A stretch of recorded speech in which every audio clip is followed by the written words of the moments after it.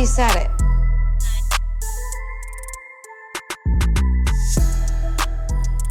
Hi, hello, welcome to another episode of Now We've Said It, y'all. It's me, Quisha. I'm here coming to y'all with a new episode. Now, to make up for this episode being late, I am recording a video version also on YouTube. If you want to watch the video version, the link will be in the show notes. So check it out. I'm sorry, y'all. I'm not even about to say why. We're just gonna move forward, okay?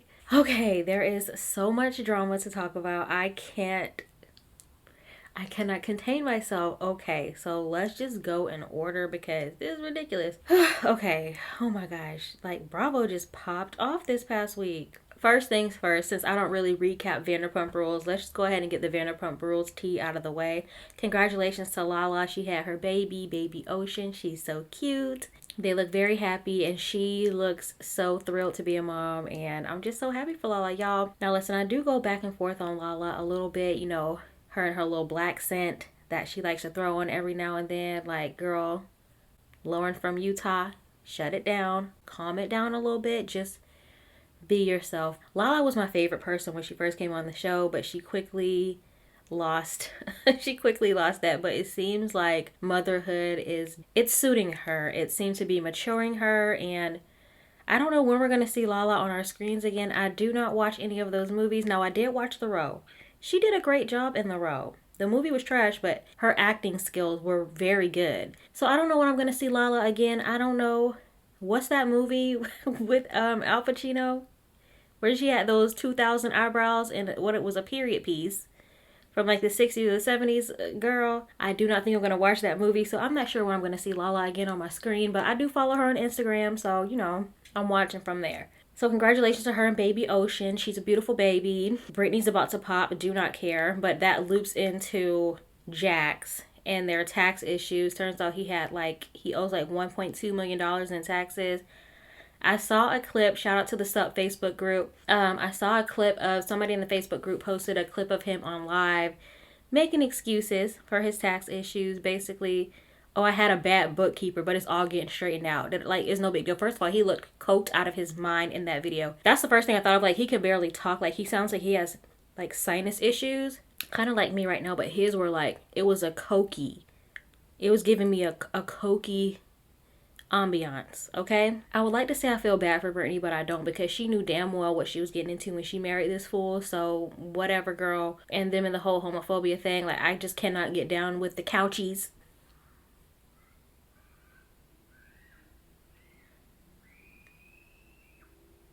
I know y'all hear that. That's a little neighbor girl. My filming setup for today is a little bit different. I think I'm going to do this going forward. I'm on my couch or my futon. I'm sitting on the bar, so I'm kind of uncomfortable. But if I move to the left or to the right, I'm going to be off center. So I might do that anyway because I can't do this for much longer. Yeah, so Jax is downplaying their tax issues, knowing damn well they are in trouble and they can't afford that house. I think they're moving to Kentucky. We'll see, child. I don't know. I don't want to wish bad on anyone, but if I had to wish it on somebody, it would be Jax. He is such a terrible person. So it's been a real good time, you know, watching the downfall of Mr. Couchy. They're going through their tax issues, I guess. Now, of course, the big news is Jen Shah getting arrested for, what is it, money laundering? Let me look it up, because Vanity Fair did an article, y'all. What's going on with that little girl? Yeah, Vanity Fair did an article about it. I didn't read it. I just saved it. So I'm going to honestly just kind of breeze through it.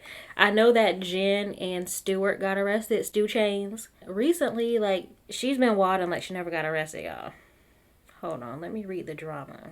Okay, Jen Shah and her assistant Stuart Smith were arrested on wire fraud, conspiracy, and money laundering conspiracy charges in Utah. Hold on, y'all. Let me turn off my AC. Oh my gosh. I thought I was prepared, but I guess I'm not. I don't know if I mentioned what I'm drinking, but my boyfriend made me a frozen margarita. It has like strawberries, pineapples, mangoes in it. It's really good.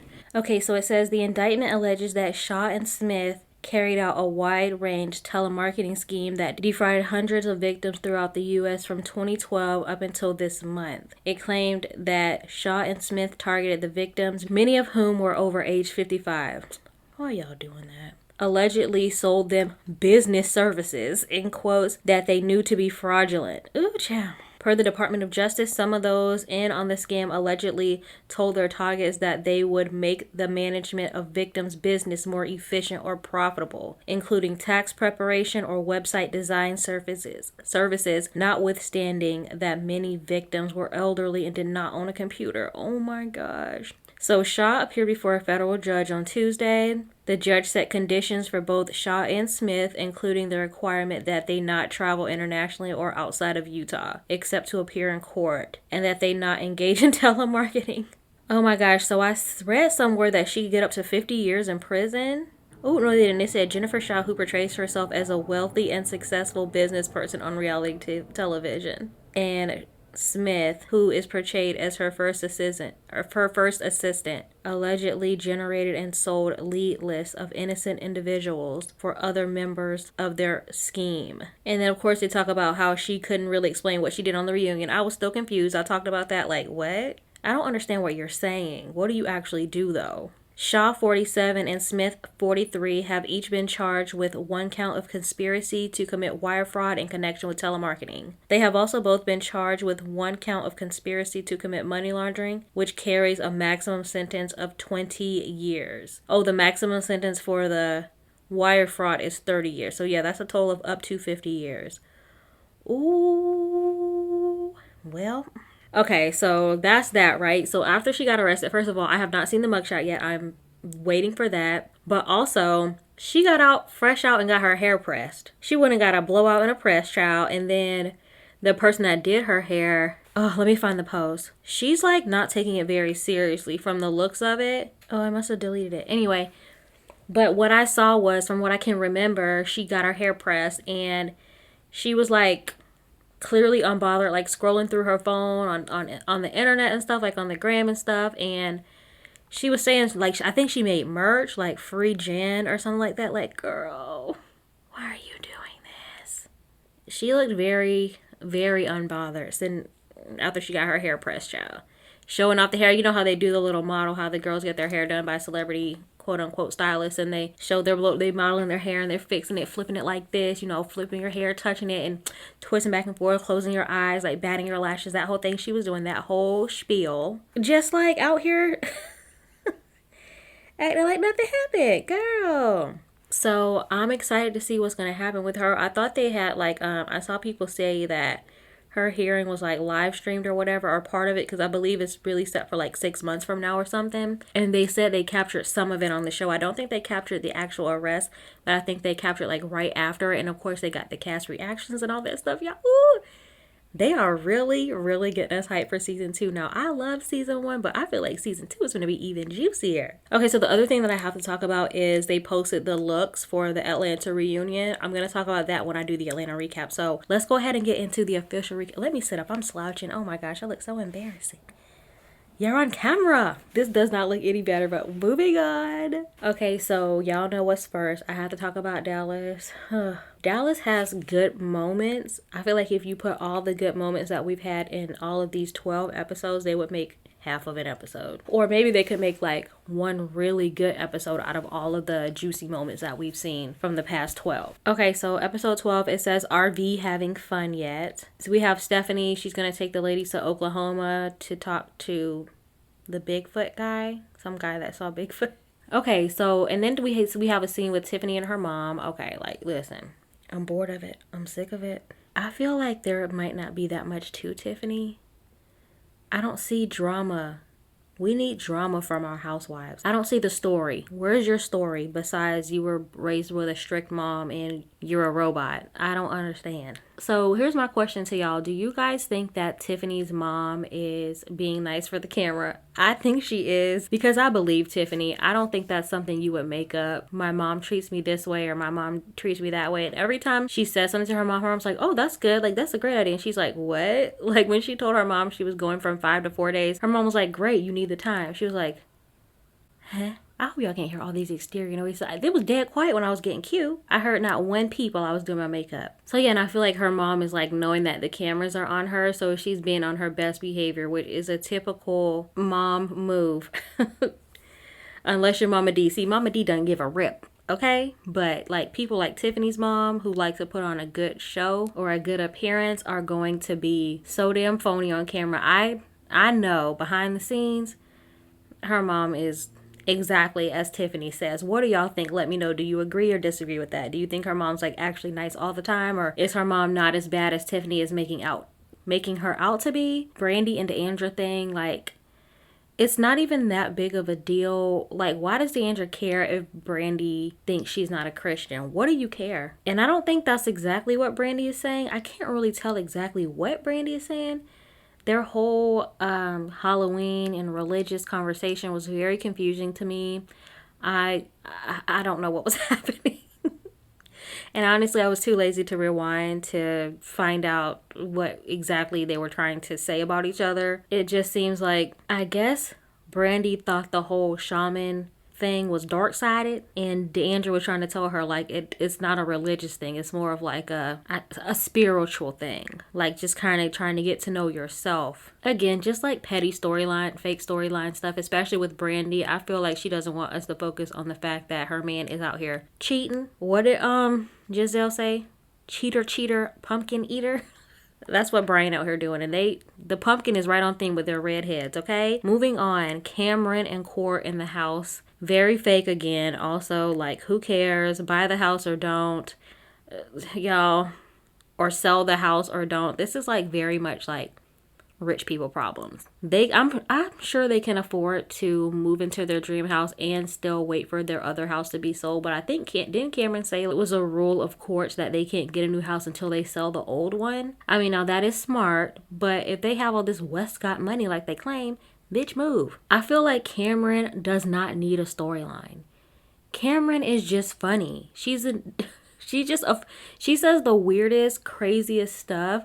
And it's just funny, and you can tell it's very natural for her. Now, the clothes, I don't think her outfits are natural at all. The things that she says and the things that she thinks are very natural, and it's just like naturally funny. Like, girl, you don't need a storyline. Just say your little say your little Cameronisms and keep it moving. I don't want to hear about the house and Court and Fancy or whatever the dog's name is.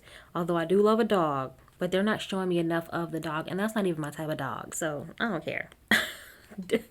Deandra and the grill. Why was that grill so smoky?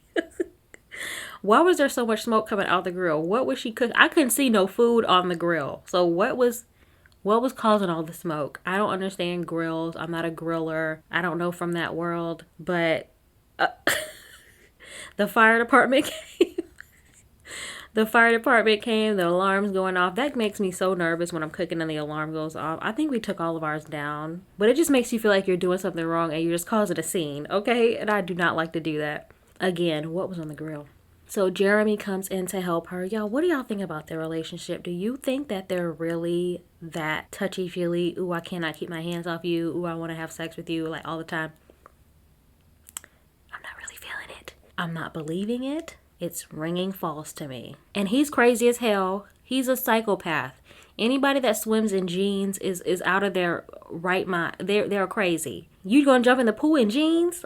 No, sir. So back to Cameron and Court. I do have one note. Y'all, when Court started crying, telling Cameron about the house, I thought he was joking. It didn't seem like a real cry.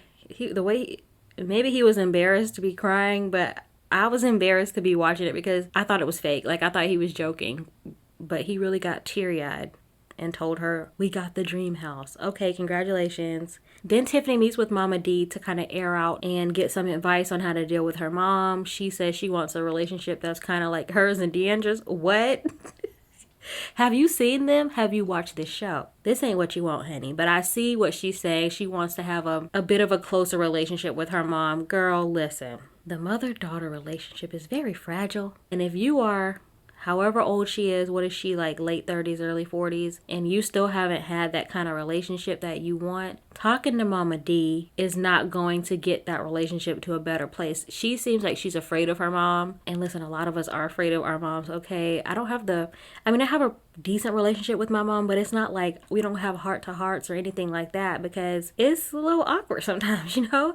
And I've just accepted that that's what it is. It's nice. We love each other. We have fun together, but it's never going to get like super deep. And that I'm okay with that. I love my mom. She's the best. You just kind of have to sometimes just like say, this is what it's going to be. Okay? Not a mommy dearest situation, but you know, you can get a little closer. Maybe she should try like spending actual time with her mom. I know it's a little difficult during the COVID times, but when things are a little bit better, do it that way. Also, it seems like her mother doesn't really know those twins. How well do they know their grandmother? Because I don't think they know each other at all. That's another issue. Clearly, y'all aren't spending a lot of time together.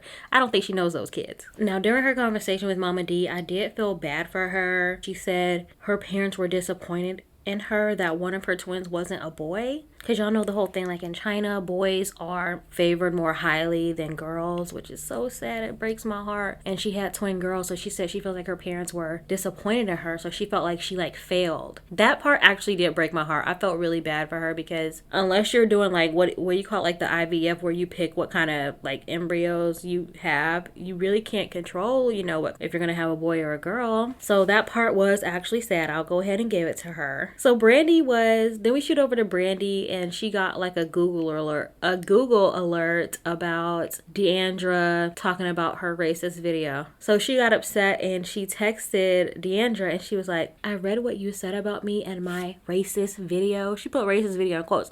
Take them quotes out, because that was a racist video, girl. The video was racist, period. Deandra received Brandy's text and she said she was just trying to give Brandy props.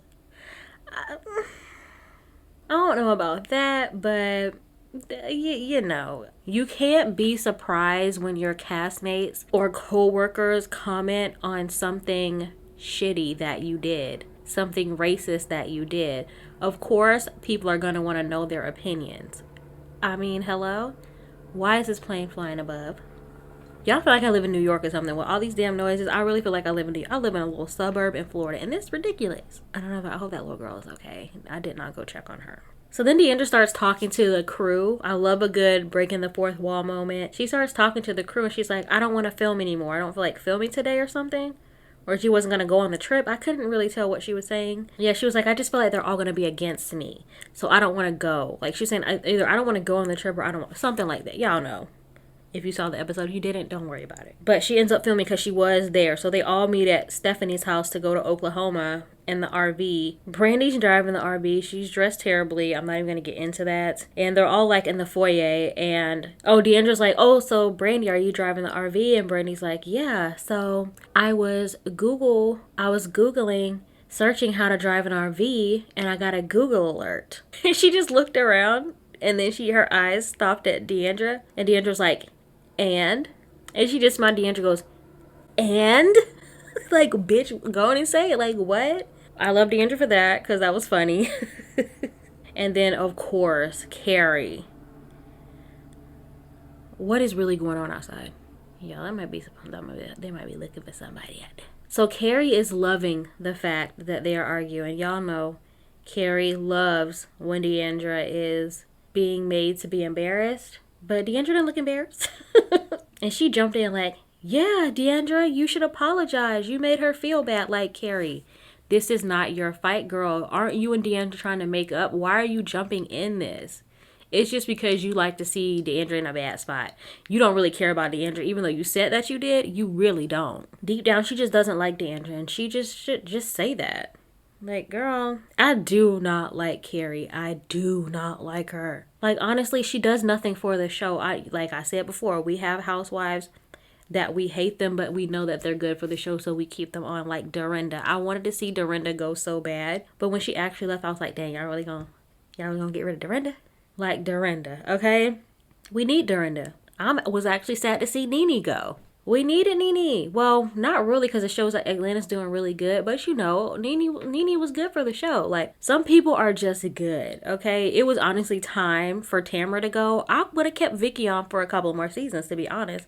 But Tamara, it was like, girl, bye. Like, you're not even... It's becoming more obvious, her, like, pot stirring and shit stirring and stuff. But Carrie does nothing. She's not funny. She's not, like, she's really giving us nothing. Go girl, give us nothing, okay? As they say.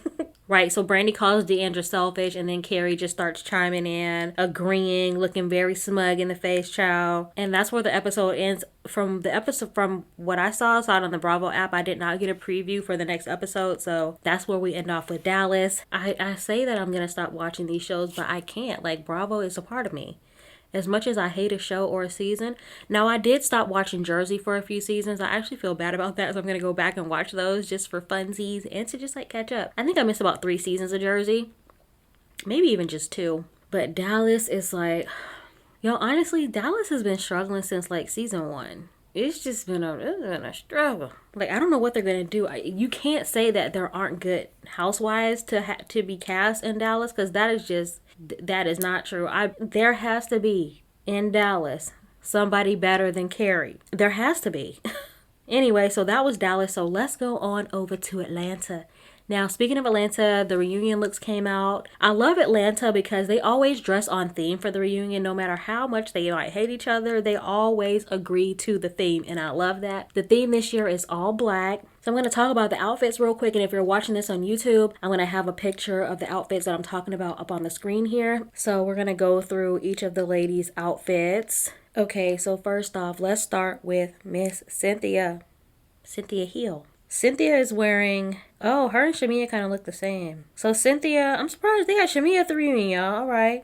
Cynthia is wearing a black sequin dress with like glittery feathers at the top. Cynthia's dress looks beautiful. I actually am here for the feathers at the top. Now her hair, I gotta get a closer picture. Okay, here we go. Oh, the dress is short. Okay, I didn't see that part. Okay, now. Okay, I like her dress a lot better now I can see the whole thing. Okay. And it's like a short dress with a train. Y'all, I'm here for it. It looks gorgeous. She looks beautiful. She's got the boobs up and out. Oh, this is gorgeous. Okay.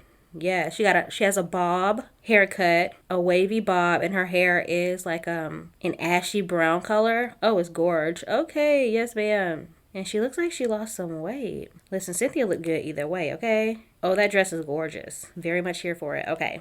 Now Candy, I ain't feeling Candy's dress, y'all. I don't even know if that's a dress. I don't think it's a dress. Let me see.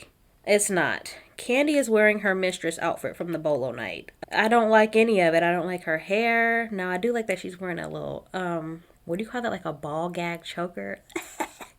Candy get a little freaky. Now, she got the whole booty and cheeks out, but it's covered by this, what is it, like a shawl? Is that what you call that? And it's ugly. It looks like it's made out of windbreaker material. She's got on thigh-high leather boots, booty shorts, like a bustier top. Her boobs look great. Her hair is like pinup girl style. I do not like this outfit on Candy. I don't like anything about this except for the choker and the top part, like with the boobs. No, ma'am, Candy. That's like, I feel like she could have done a lot better. It's definitely giving me Mistress Candy or whatever her name was at the thing. Now, moving on to Portia. Okay, Portia is wearing a one shoulder like bustier top kind of thing, like a corset top, but it's a dress, but the top is corseted, and she has one shoulder out and the other shoulder is long sleeve. It looks very beautiful. It's like sequins. I can't really see. Why is this? Oh Lord. It's beautiful. Can't really tell what the hair is. I don't know if I'm feeling the hair. Is that a bow tie hairdo? I need to see the hair up close. I need to find a better picture of Portia's hair, but the outfit I'm loving. Marlo looks incredible. Marlo is practically naked. Marlo has her ass out, the side of her butt out, her boobs are out, her stomach is out. It's very little fabric. She also has a bob, kind of like Cynthia's, but hers is kind of like tucked back behind the head, but they have very similar hairstyles. She looks insane. This looks amazing. Yes, Marlo, honey. She's naked, okay? She is naked. You better show out. Okay, I love and approve. Next up, which might actually kind of be, is this my favorite look? I'm really, really feeling LaToya's look, like very much. It's very little fabric. She also has a train with a short dress. Her boobs are also out. It's all see-through, okay? It's very sequined, it's see-through, it's off the shoulder, but she has sleeves and a train, very short, very sexy. I think this might be my favorite outfit. It just looks amazing on her. Miss Drew, what is Drew wearing? Drew's might be my least favorite. It's not very flattering to her body. It has one huge puffy sleeve just on one side, and then the other side is like, what do you call that? A cup shoulder? Yeah, I don't know what it's called, but it's like a silky material. It's very ill-fitting. It just doesn't flatter her body, and she has a beautiful body. Do not like Drew's outfit. Kenya looks okay. It's definitely one of her better reunion looks in my opinion. They got a lot of one shoulder work going on here. She also has one huge puffy shoulder, but it's like puffed up to the neck, like to her ear almost, with a huge slit all the way up the side on the other side. It's pretty. It's beautiful. I don't like her hair though. I feel like she's wearing like a very high bun. I feel like her hair could have been a little bit better, but I understand that you have to wear an updo with this kind of a dress, but I'm not feeling the hair for whatever reason. And finally we have Miss Shamia. Shamia looks like a dream girl, child. I'm your dream girl. The hair is very 80s. With the earring is giving me very much 80s, okay? I know Dream Girls was like the 60s, but or 70s, but this is giving me, her hair and makeup was giving me like Donna Summer, Diana Ross type of a vibe. Her dress is cute. Feathery across the boob top. It's cute. It's not my favorite either, but it's cute. I feel like she should tone it down with those earrings though. So those are the looks for the Atlanta Housewives. Like I said, my favorites are LaToya, Marlo, and Cynthia, followed by Portia, Kenya, Shamia, and Drew. So those are my ratings if anybody cares. All right, so let's get into the recap for Atlanta season 13, episode 15. It's called Cajun Peaches. So the ladies are private jetting their way to New Orleans. Drew said that she was going to give the private jet experience to all of the ladies, and they were all welcome to bring their kids. Kenya brought Brooklyn. Nobody else brought their kids. And Kenya said a shady comment. She was like, everybody yelled at me for bringing my kid in South Carolina, but we're given the option to bring our kids in New Orleans, and I'm the only one that brings my kids. Portia said, which was what I absolutely agree with, Portia said, it was just, give me the option. I'm not going to bring my kids, but I would appreciate the option. This episode was so weird. All of the vibes were off. They arrive in New Orleans. They're having a good time. They're greeted by music and a band and all that kind of stuff, and po' boys and what do you call it? Those Zappos chips. I love those chips. They call it Zaps or Zappos. I don't know. I eat them all the time, but I never really look at what they're actually called. Anyway, they're having drinks, and LaToya announces that she's not drinking, and all the women are shocked, and Portia's like, the first thing that comes to mind is that she's pregnant. I don't think she's pregnant. I just think she realizes how embarrassed and how much of a fool she made of herself at Fallon's lackluster Halloween party and then the Bolo, South Carolina trip. I just think she realized how embarrassing she was, and she just didn't want to do that. But I mean, girl, you can have a drink or two. You can get a little buzz, She wasn't having it. To make up for not singing at her wedding, Drew offers Cynthia the best suite in the hotel, which was super sweet. And then she says that there's going to be a competition for who gets the better room with the booty bounce. Kenya immediately starts with, this is where I feel like the energy starts to get thrown off. First of all, you have LaToya saying that she's not drinking, fine, but okay, a little funny. Then you have Kenya here. She was like, I'll just take my room key, please. I'm not about to degrade myself for a room. No, thank you. I'm not about to do all that. Please just give me my room. And so she keeps asking her, and Drew, okay, here's my thing. Drew is also kind of annoying because Drew I guess you could say she kind of like pushes. Like she kept saying, why? What do you mean? Like she kept saying like over and over. And like Kenya asked repeatedly, can you please just give me the room key? What do you mean? We're just having fun. What do you mean? Kenya's like, please, I've asked you for a fourth time. Just give me, like, girl, just give her the damn room key. Like Drew, I feel like she bothers me a little bit. Okay. She kind of likes to kind of like push a little bit. I guess that would be the best word. I don't really know the word I'm looking for, but besides push, she's a pusher. Then they start trashing on Kenya's butt. Drew was like, well, you bought your booty, you might as well bounce it. And Portia was like, maybe she's having issues with her butt. It looks painful. Ooh. I'm not gonna lie, that's true tea now. Her butt does look painful as hell. I remember it was the last season when Nene was there and they were at like some beach thing and Kenya had on this white bikini. I was like, oh my, I'm gonna move on because I don't want to like shame her or nothing, but like, ooh, it's just, those are definitely implants and they look uncomfortable. Okay, that's all I'm gonna say. All right. So Kenya goes and pays and gets her room upgraded. I mean, I don't blame you. If you have the money to do that and that's what you want to do, go ahead. Like, who cares? The ladies change and they get ready for a bike ride, and I see a lot of fanny packs. I understand fanny packs are making a comeback, but this was like OD. Too many fanny packs in one group. Drew's outfit is a mess. It's like this whole glittery. Listen, just because something is name brand, I don't even think that was really Gucci. I just think like the belt or whatever she was wearing was Gucci. But just because something is like name brand or from a famous designer does not mean that it's cute. And it looked a mess. It's like a whole glittery like two-piece situation. It's like, this is too much. So they take a bike ride through the city. It's super cute. Portia says that the wind is blowing through her lace front. And they sit down for dinner. Marlo did not come because she said she was having back issues. And Latoya goes to the restroom and she comes back and her attitude is just off. So Kenya looks at her and she goes, like, are you okay? And she was like, no, I'm frustrated. And Kenya was like, do you want to talk about it? And she was like, I think she said not right now or something like that. Hold on, let me see. She goes, I'm frustrated and I don't want to talk about it. What made you get frustrated from the bike ride to the bathroom? I don't understand, because you weren't frustrated up until then. I'm confused. What? And then she starts in with the shadiness.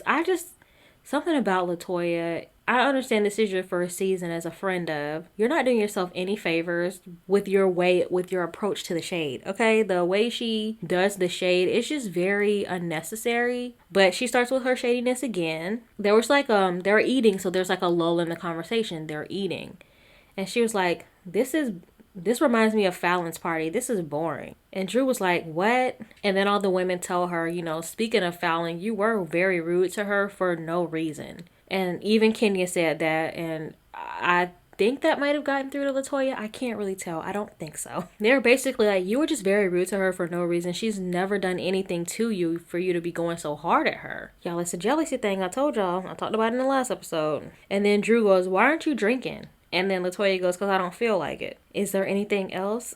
And then this is when Drew again, like, nitpicks. Like, she picks, she pushes, she did it. And then Latoya just starts going, because I don't feel like it, bitch. I don't feel like it, bitch. Like, pounding on the table and singing. It's like, why you got... There you go again. Like, it's too much. Latoya does this thing where she's saying shady shit, but she's saying it with a smile. So it can sometimes come off like maybe she's joking, but I don't think she's joking. And Portia, like, did you just call her a bitch? And it's like, what is the reason for all of this? And then Drew reveals that she and Latoya went to church together. And on the way home, her driver was talking to Latoya about, I kind of forgot. But starts talking to Latoya about, like, being a better person, stopping drinking, like, cleansing exercises, stuff like that. Just basically, Latoya seemed like she wanted to turn over a new leaf. So Drew saw that as maybe they were going to be moving in a better direction and she was going to be helping her. And so they have a little bit of a back and forth, and Latoya gets up and leaves. Kenya gets up and goes after her, and she tells her, be very careful who you tell your business to. True. It's cute that Kenya is still kind of sticking by Latoya, even though Latoya did her dirty. But girl, Kenya doesn't have very many friends right now, so I see why she's doing that. So they get back to the hotel and they break out into, little tea rooms, a little spill in the tea rooms. You got Portia, Drew, and Shamia joins them in Drew's room. And then you have Kenya and Cynthia in Kenya's room, or whoever. They're in a room together. I think they're in Cynthia's room. Anyway, Kenya and Cynthia are talking, and they say that Kenya says that Drew is making Latoya be made to feel like she's an alcoholic, and she's not. And I agree with that. She is always commenting on Latoya's drinking, but at the same time, Latoya is always acting so damn crazy when she gets drunk. She's doing a Dorinda. She gets drunk and she gets mean, like Dorinda. And that's not the kind of drunk you want to be around. Aggressive and whatnot. So over in Drew's room, I did notice that it looks like Drew brought her own Bath and Body Works candle to the hotel room. I do love that. I am also one that travels with my own candles to hotels. I just like to set the mood. I want it to smell like home and not like dried up jizz and 1,000 other people's bodies. I like it to kind of make me feel like I'm not sleeping on thousands of layers of other people's dead skin cells and whatever other fluids and liquids leak out of their bodies. So I too like to bring my own candle for that very reason. Y'all should try it. It really does make a huge difference. Anyway, so they start talking about how exactly Kenya and Marlo became friends, and Portia says it happened the same night that Kenya was trying to expose her during that whole Bolo situation. Portia starts crying because she feels like maybe her friendship with Marlo isn't real. And I feel bad for Portia because she and Marlo were just getting on a really good foot with their relationship, and this whole Kenya situation just kind of made things very awkward for them. She feels like Marlo's being fake, basically. And so it's the next morning, and Drew's getting ready for a radio interview and to go shoot for whatever show she's filming. Y'all, they shoot over to Kenya's room, and Brooklyn has crayon marked all over that damn hotel room. Y'all, I don't have kids, so I'm looking at it from a childless point of view, okay? That would upset me so much. I can't, like, it looked like in some of the areas you can't get that out. Like, it was like fabric, furniture, with those seating benches and stuff. It was even in her food. Like, how did you draw on your food, girl? I don't like that.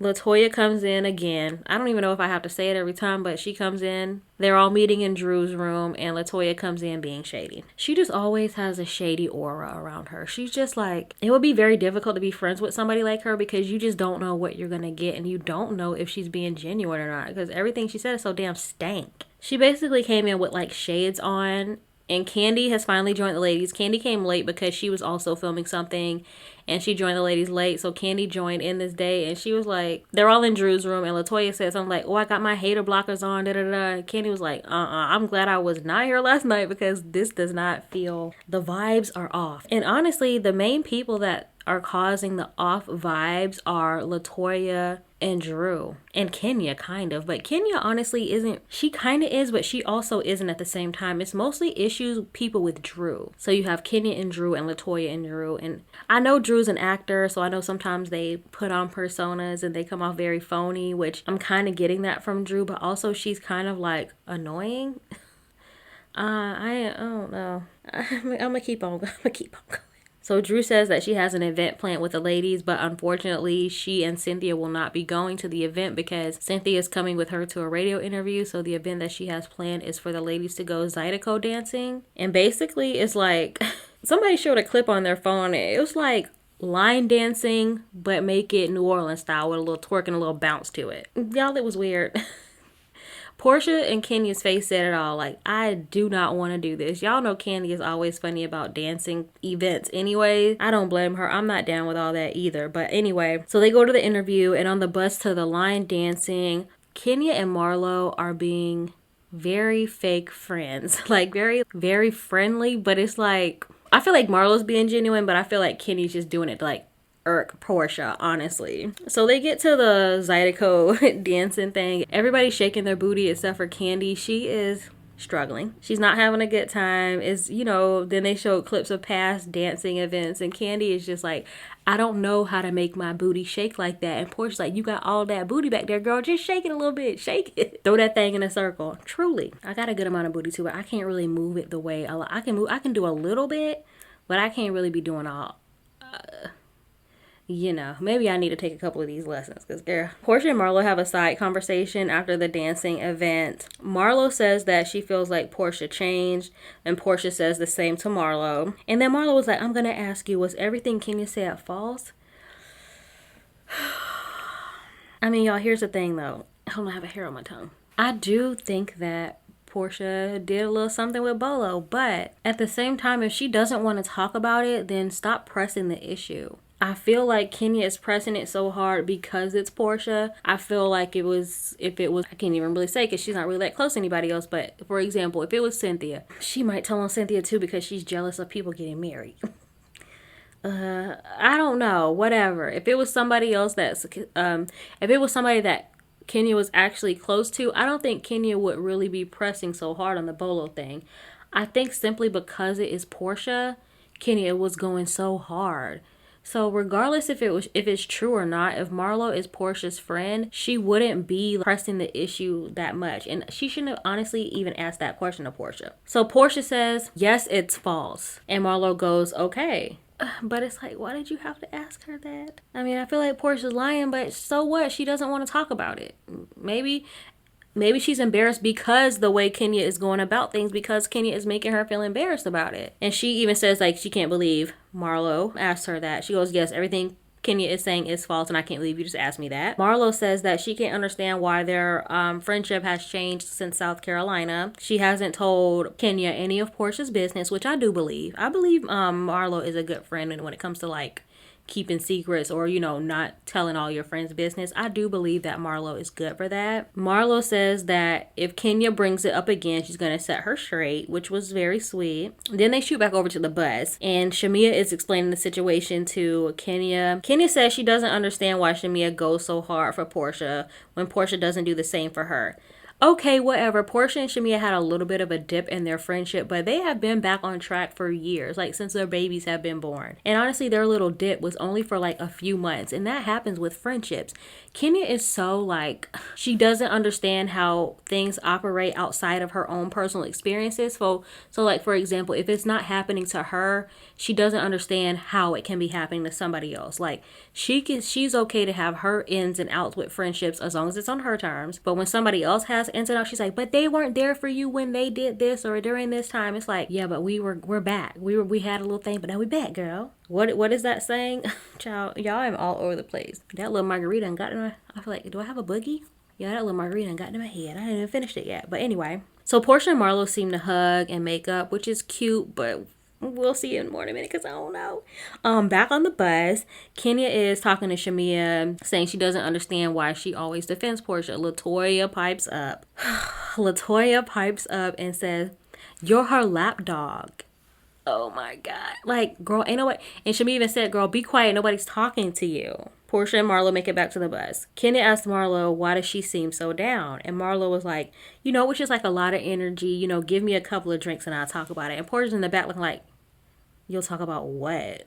Y'all, it's all very confusing.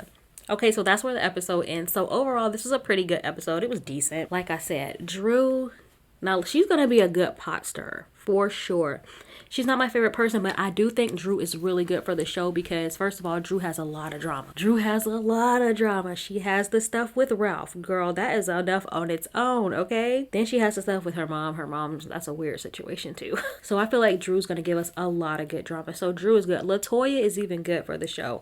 Even though she's wild in this season, I feel like if she does come back next season, I feel like she's going to reel it in a little bit more, make herself a little bit more justified in her shadiness. Right now, her shadiness is very unjustified. This is making no sense. Okay. Preview for next week, we see the women hanging out with Big Frida. All right.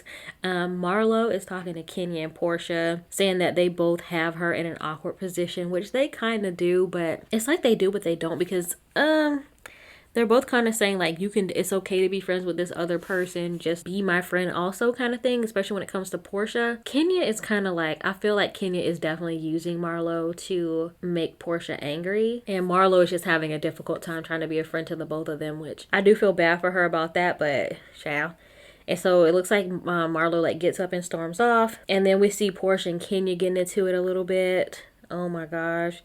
And then we see a hurricane hitting New Orleans and they like lose power. So they're dealing with all that. And not too much juice in the preview, but I'm hoping that the actual episode is going to be a lot more entertaining than that preview was. We'll see, y'all. It's like, ugh, Atlanta.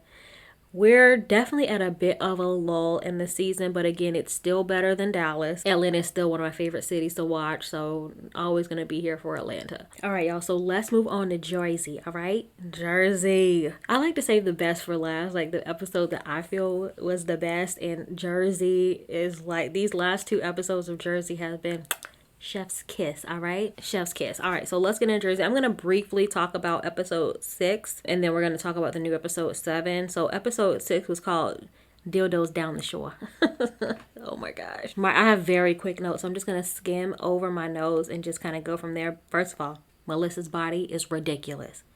Girl, her body is amazing. And then y'all, no. Anytime they show like a little no package, I really do fight the tears. No was so sweet. R.I.P. No. And then quickly I'm going to talk about Dolores's award, which got the award for working with cancer at David's. She had a party at David's house. Why can't David get more time off work? If Bill Aiden can make it to all these damn events, so can you, David. What exactly kind of a doctor is he? Because Bill's a plastic surgeon, right? Listen, they're both doctors and they both have very demanding schedules, but for some reason Bill Aiden is at every damn party. But we haven't seen David at one. So what the hell is going on? I'm just starting to think he really doesn't have to go to the hospital as often as he says he does. And it's like, who's going to check on him? Who's going to check to make sure he's telling the truth? If a doctor says they have to go to the hospital, you believe them. I just listened to Bitch Sesh, and I think they made a good point that maybe David just doesn't want to film. That might be it. But since we're breaking the fourth wall all over the place, why don't they just say that? Y'all, it just is really starting to irk me. Dolores deserves so much better, and Jen said it best herself when they were headed down to the shore. Dolores is giving Teresa all this relationship advice, like, Teresa, you deserve this and you deserve that. And Jennifer was like, how is it so easy for Dolores to give Teresa this advice when she can't even see that she needs that very same advice? She deserves so much better also. And I agree with Jennifer. Good on all the ladies for kind of talking to Dolores about, like, girl, you deserve so much more. Like, you need the ring, you deserve the house, you deserve the man, like, you deserve all of this. Like, why are you only getting a portion of this man? It's not even a whole... Child, what does David have going on? Truly. Also, my next note, can Bill Aiden get more screen time? Please. Period. Jackie is honestly starting to get on my nerves. I think I said that last episode too. She's whining. I know Teresa's annoying, but honestly, just get over it at this point. The whole when Teresa gave them dildos, she just seemed, oh, stop, Teresa, stop it. Just like her actions and her way of talking and being are kind of annoying to me. I'm definitely team Jackie. Like, Teresa was definitely out of line for the way she handled things, and the fact that Teresa cannot own up to anything, and we'll talk about it later on in the next episode, but it's literally like pulling hairs to get Teresa to even understand that she needs to apologize. So I am on Jackie's side about that, but at a certain point you gotta just let it go. Evan seems very much unbothered by it, so why are you so bothered by it? Y'all, I think there might be some truth to it, okay? I'm just saying. Because Evan seems to want to be like, forget about it. Like, it's no big deal. Like, who cares? Like, come on. Like, he's trying to be like, let's just move on. And he's trying to quickly brush it under the rug because he wants to stop talking about it, okay? Because it's true. I don't know, y'all. You know? And what is the deal with Margaret flipping out on Jennifer about, she simply just said that Bill told her that Joe Badingo, what's his name? Joe B, told the guys that he also heard the rumor about Evan, and Jen was just confirming, and Teresa was the one that brought it up, but Margaret flipped out on Jennifer.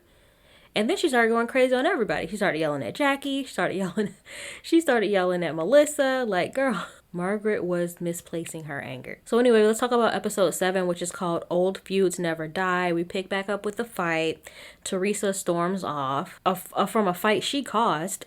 And Jackie starts freaking out. She calls Joe B an asshole. And she starts crying. She's like, you brought it up. You keep pushing. It's like, girl, he was just saying something he heard at a boys' night. Like, he wasn't like bringing it. He's not trying to give, fuel to the fire. He was just saying, I heard it too. Shit.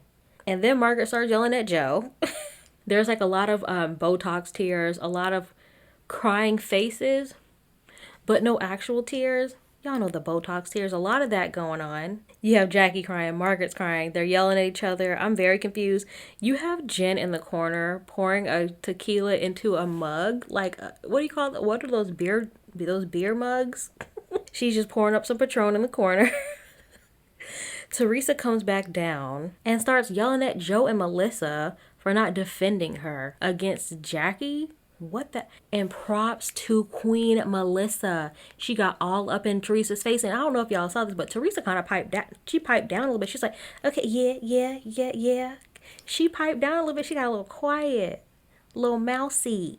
Melissa got up in her face. Melissa said, so you need us to defend you? Why do we always have to defend you? Teresa's like, I don't need you to defend me. She's like, then what do you want me to do? She flips out. She threw the cheese plate. And then Joe Gorga starts going crazy because he's still mad that Teresa didn't defend him against Joe Giudice. Teresa constantly wants people to stick up for her, but she's never sticking up for them. And I agree with Joe and Melissa. We saw the clip again of Joe talking to Nono. You're my father. You're my father. The high-pitched cry. I love it. They should play that at the beginning of every episode. Because he basically said Joe Giudice took everything away from him. He took away time from his father, from his mother, put his sister in jail. But Teresa is defending him. Like, Teresa's not sticking up for her brother against Joe. And I agree. Teresa and Joe and Melissa, they all kind of make up. Like, everybody calms down. They kind of just try to put it behind them. Because it's like, there's no getting through to Teresa. I don't think there's literally marbles in her head. She's so dumb. She's so dumb. And again, so they try to tell Teresa, listen, this is what you need to say to Jackie. Just squash it. You need to apologize. She's like, come on, you guys. You know I don't work like that. You know, it's like, oh my God. But you would want that. You would want that done to you. Of course she would, and y'all know she would, but whatever. So it's like they literally have to tell her exactly what to say. Say this, say that. And she's like, yeah. Like she's trying to take it in. Y'all, it's not getting through the marbles. So they part ways. Nobody apologizes. Jackie is staying at Melissa's house.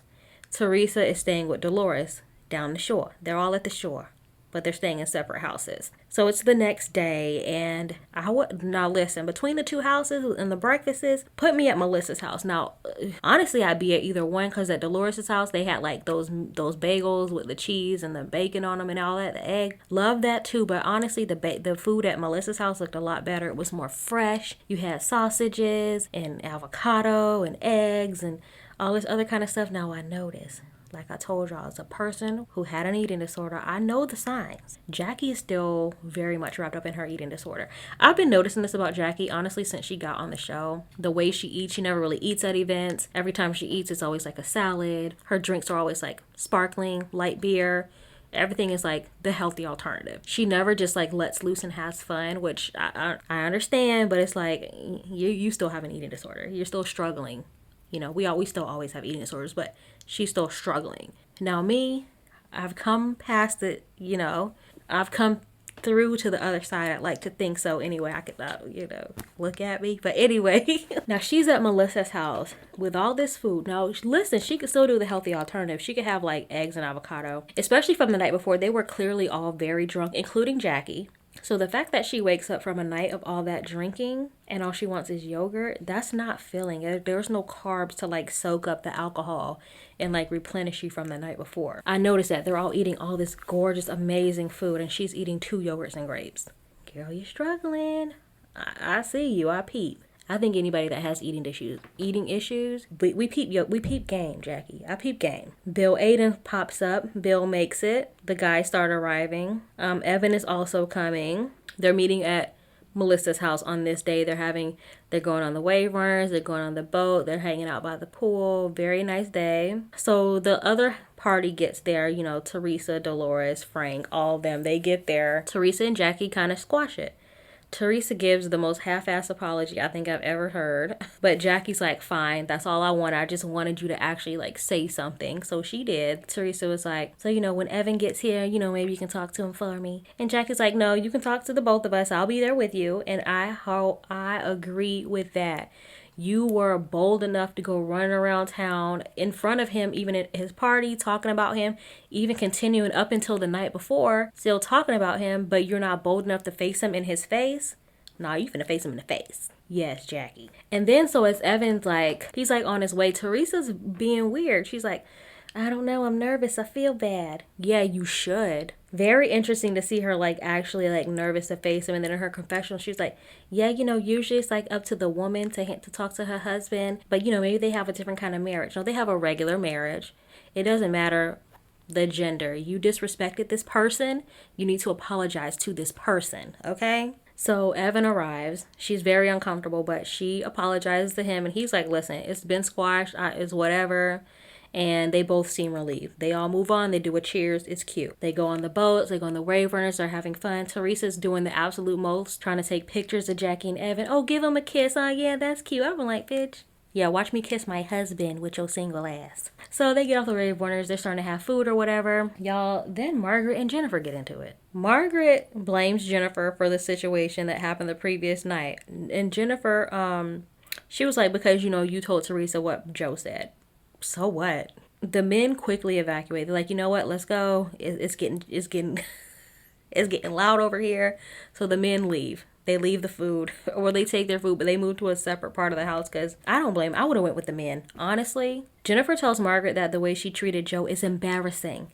The way you talk to your husband is embarrassing. Margaret says that Jennifer embarrassed her entire family with her drunken antics at Teresa's house. I mean, listen, she was drunk, all right? And then Jennifer says, well, okay, so I got a little bit sloppy. You told us about the sloppy moments you had, when you slept with your boss. Now, that was a low blow. That was a very low blow. And then Margaret kind of gets emotional, and she was like, I was being vulnerable. Like, I was trying to share something with y'all where I was taken advantage of. And I agree with Margaret. And Jennifer was like, well, I was being vulnerable too, showing you, like, my drunk side. Y'all, last season I hated Jennifer. I hated her, but she, just like her husband, I can't help but love her. I can't. She's totally wrong, but I love her. I love Jennifer. Jen and Bill. Y'all, then Margaret says the only reason Jennifer doesn't argue with Bill is because he's her meal ticket. And then she said all this other stuff. I can't remember what she said, but even Melissa was like, oh my gosh, Maron. They were so embarrassed, y'all. It was crazy. I can't really tell if they made up or not because I don't think Margaret was down there when all the women agreed to squash it. I think Margaret was still in the house. But anyway, that's where the episode ends. So we get a rest of the season preview. So it looks like we had a Halloween party, okay? Frank makes an ass-eating comment. It looks like Jennifer and Bill, they're renewing their vows. Don't do that. Y'all know the curse of the vow renewal in the Housewives universe. Do not renew your vows. He said, like, will you marry me? It's like, please do not renew your vows. Then we see the no memorial. No. And we see the trouble in paradise with Joe and Melissa. Melissa tells Joe that he's holding her back. And he tells her to go do whatever she wants and they're done. Of course, we know they're not done because we have the internet and they're still married. But, I mean, it's not looking good. We also see Teresa's new boyfriend making an appearance. That's cute. And we see more of Margaret versus Jennifer. Jersey. Honestly, out of all the seasons going on right now, Jersey is bringing the heat. Jersey has been good every single episode. I have been loving Jersey. I know we're only 7 episodes in versus, I think, 13 in Atlanta? Jersey and Atlanta. Gotta love them. I'm so glad for Jersey because it got a little boring there the past few seasons, to be honest. They brought it up, y'all. We get some prosciutto. We get the sauce. Frank, don't burn the sauce. The pasta's gonna get mushy. Teresa, come on. I love it. I love all the men. I love how involved the husbands are. They're just such a fun crew. Like, Jersey. Whose house would y'all want to stay at? Would you rather stay at Dolores' house or would you rather stay at Melissa's house? That's really a tough decision because I love Dolores and Frank. But I'm gonna have to say the Gorgas. They have a pool. So that's it, y'all. Again, I'm so sorry this episode is late. I think I'm just gonna stop apologizing and just try my best.